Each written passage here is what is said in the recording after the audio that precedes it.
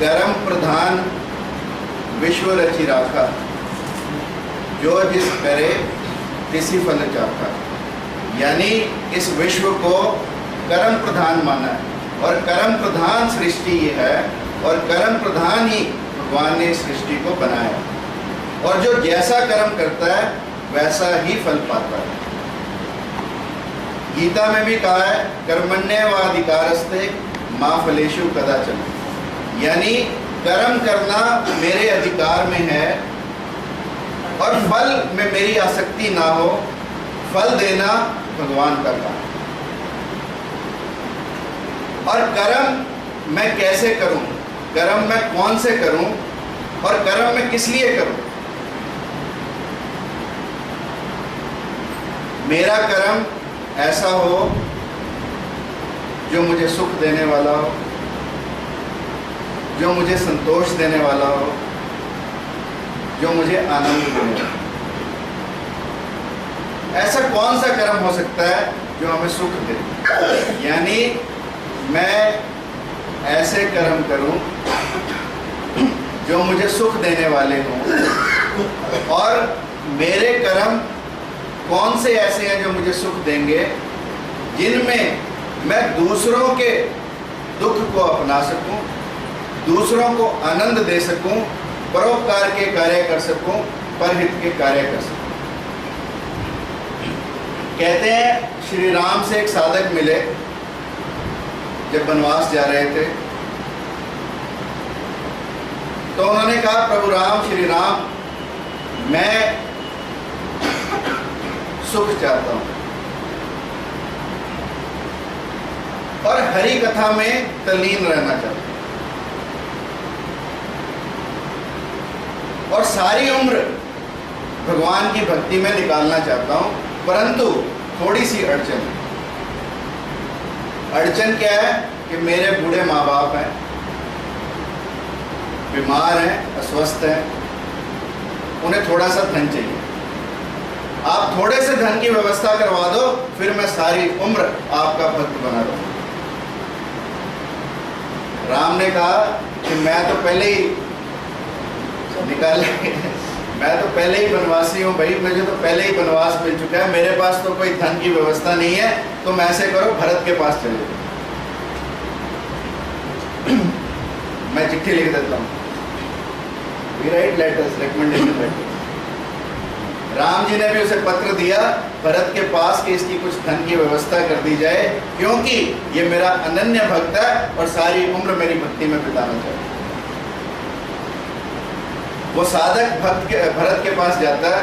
भरत तो पहले ही राज छोड़े बैठे, भरत ने तो पहले ही खड़ाऊ रखी है प्रभु श्री राम की, परंतु राजा तो है।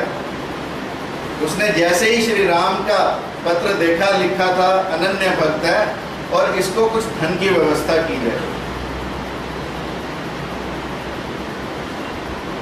भरत ने कहा कि तुम बताओ तुम्हें कितना धन चाहिए, जितना मांगोगे उतना मिल जाएगा। अब ये समस्या खड़ी होगी कि कितना मांगू, क्योंकि भरत ने तो खुली छुट्टी दे दी कि जितना तुम मांग सकते हो उतना मांगो। अब वो व्यक्ति सोचता है 1000 मांगो, 2000 मांगो, 4000 मांगो, लाख, 10 लाख, 10 करोड़, उसकी गिनती बढ़ती चली जाती। उसने सोचा मौका मिला है, एक ही बार ले ले जितना मिलना है, क्योंकि मिलना एक ही बार है, बार बार तो मिलना नहीं। अब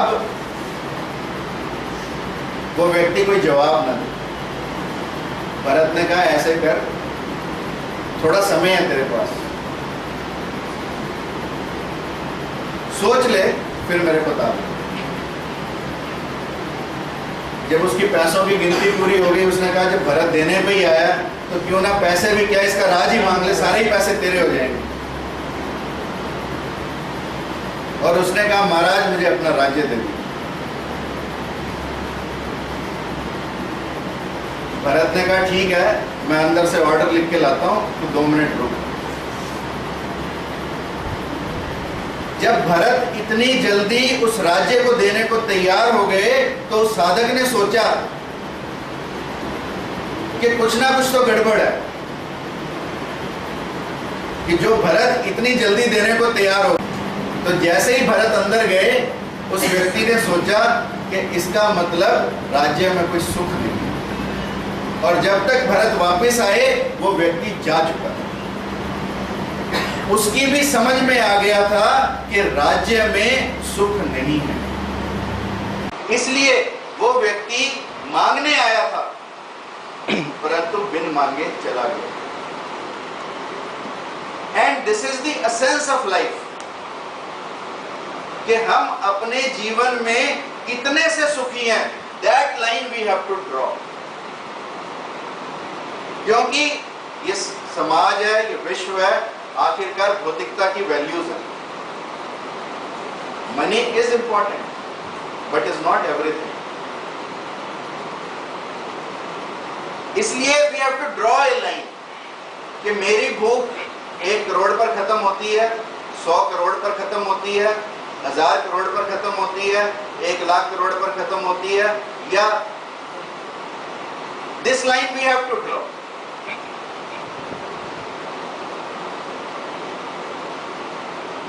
और तुलसीदास जी यही कहते हैं कि जीवन में, और लोग भी ऐसा कहते हैं कि रामचरितमानस को पढ़कर जो सुख की अनुभूति होती है वो शायद जीवन में कुछ भी कार्य करने से सुख की अनुभूति ना हो।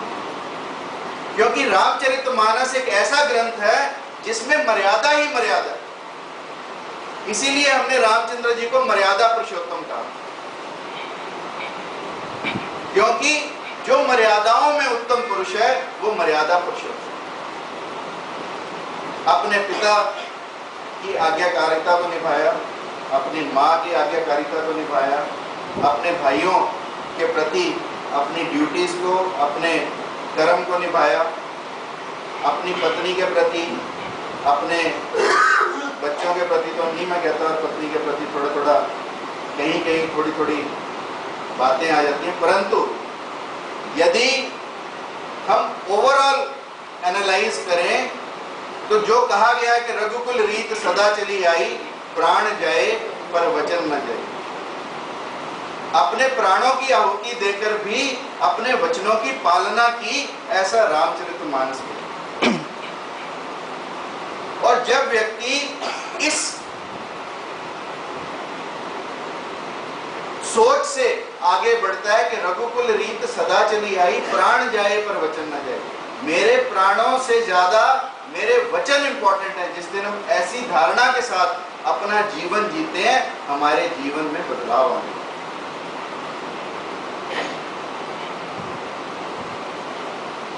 दूसरा मैंने कहा कि रामचरितमानस से हमें संतोष मिलता है। अब कैसे मिलता संतोष आपको?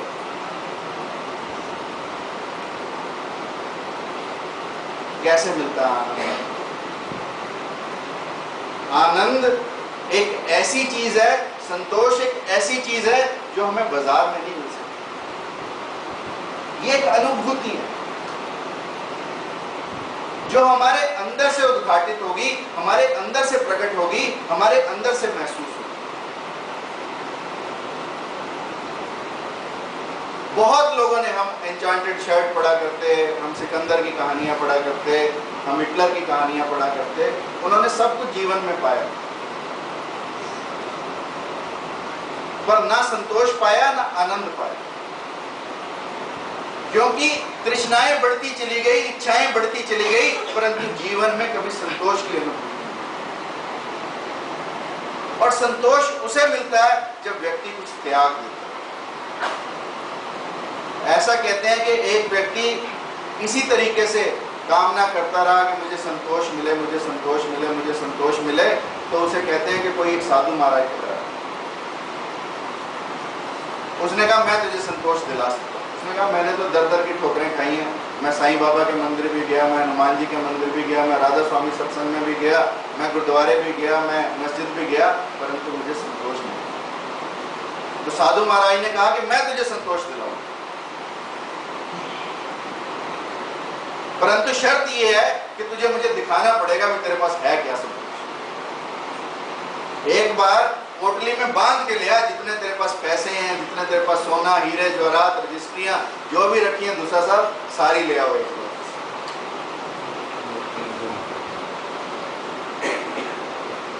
उसने कहा कि तूने जब इतना जीवन धक्के खाए ठोकरें खाई तुझे संतोष नहीं मिला तो एक साधु की इतनी सी तो शर्त है कि एक बार लेके ही तो जाना है, एक बार दिखाना ही तो है।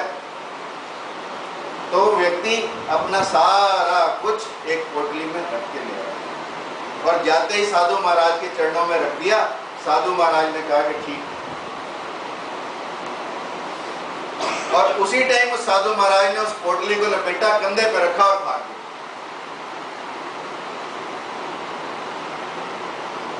अब वो व्यक्ति पीछे से चिल्लाया कि यार तुम तो डाकू हो, साधु थोड़ी हो। साधु के पीछे पीछे वो व्यक्ति भागे और साधु आ गया। पूरी बस्ती गांव सब भागते भागते भागते भागते अंत में वो जिस पेड़ के नीचे बैठे थे वो साधु उसी पेड़ के नीचे आके रुक गया और वो व्यक्ति भी वहीं आकर रुक गया उस पेड़ के नीचे।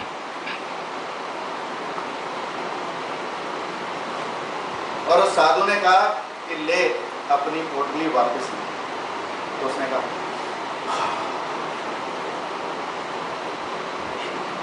कहता अब आया आनंद।